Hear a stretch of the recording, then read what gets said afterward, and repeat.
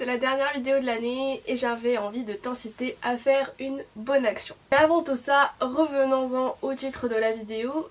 Effectivement, je suis actuellement interdite de dents de sang. Pourtant, j'ai entre 18 et 70 ans, je ne pèse pas moins de 50 kilos, je n'ai jamais eu de greffe ni de transfusion, je n'ai pas d'anémie ni de manque de fer, je ne suis pas enceinte et je n'ai pas accouché dans les 6 derniers mois, je n'ai pas eu d'infection ni de fièvre dans les 2 dernières semaines, j'ai pas eu de soins dentaires dans les dernières 24 heures, je n'ai pas été opérée ni subi d'endoscopie dans les 4 derniers mois, mes piercings et tatouages datent d'il y a plus de 4 mois, je ne souffre d'aucune douleur cardiaque suite à des efforts, je n'ai pas eu plus d'un partenaire sexuel dans les 4 derniers mois, je n'ai jamais pris de drogue par voie intraveineuse, je n'ai pas connaissance de pratiques à risque chez mon partenaire, j'ai pas voyagé dans les 4 derniers mois, et en plus, j'ai toujours été une donneuse régulière jusqu'à l'année dernière. Du coup, qu'est-ce qui s'est passé? Spoiler alert, là n'est pas vraiment la question. Les raisons sont d'ordre médical, qui sont beaucoup plus complexes que ce que le questionnaire général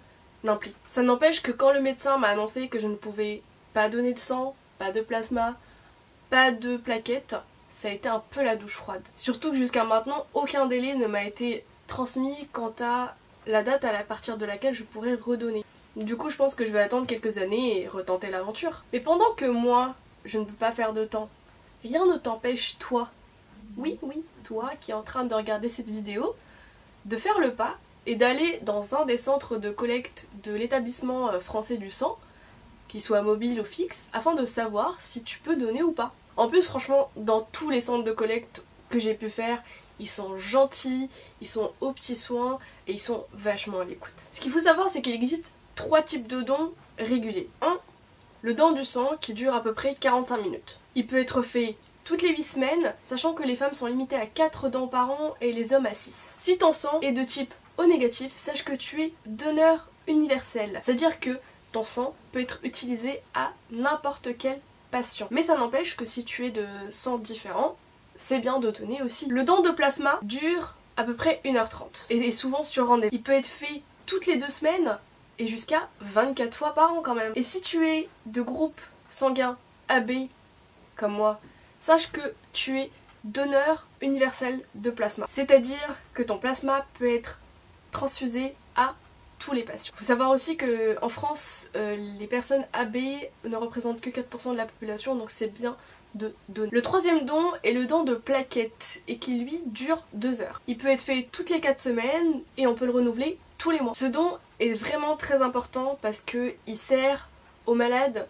qui ont des leucémies ou des lymphomes ou qui subissent actuellement des traitements très lourds tels que la chimiothérapie et la radiothérapie. Donc en plus de ces 3 dons réguliers ou fréquents, il en existe 2 autres. Le premier, c'est le don de moelle osseuse. Oui, je sais, ça fait peur quand on y pense la première fois, mais rien ne vous empêche de faire le pas et de voir par la suite. C'est un acte qui doit être vraiment réfléchi. Il consiste à passer un entretien médical et un typage HLA. Typage des antigènes d'histocompatibilité. Ce typage consiste à reconnaître ces antigènes et il peut être fait soit par une prise de sang, soit par échantillonnage buccal. On a droit ensuite à plusieurs types d'examens et une fois qu'on est validé, on est inscrit dans un registre qui est géré par l'agence de biomédecine. Et en fait, concrètement, il est possible qu'on ne soit jamais recontacté parce que les probabilités pour que sa moelle osseuse corresponde à un malade est d'à peu près 1 sur 1 million.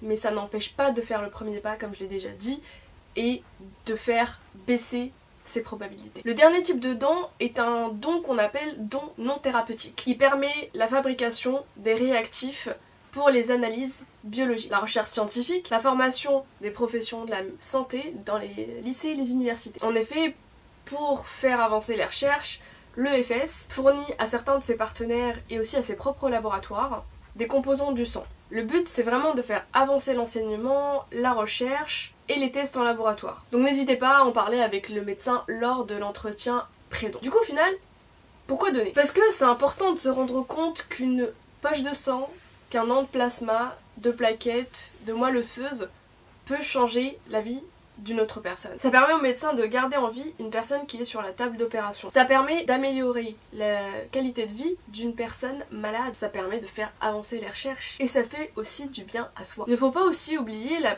probabilité qu'on puisse soi-même avoir besoin d'un don un jour. Du coup, pourquoi ne pas le faire d'avance et ne pas attendre de retour en final? En fait, c'est vraiment pas une obligation de donner. Faut avoir envie. Faut avoir envie de changer à sa toute petite échelle les choses. Il faut aussi trouver son compte émotionnellement, psychologiquement, spirituellement. Mais au final, si t'as pas envie, pour n'importe quelle raison, rien ne t'oblige. Ton corps est à toi et tu disposes de tout ce qu'il contient. En espérant que l'année 2017 vous aura bien traité et que l'année 2018 n'en sera que meilleure.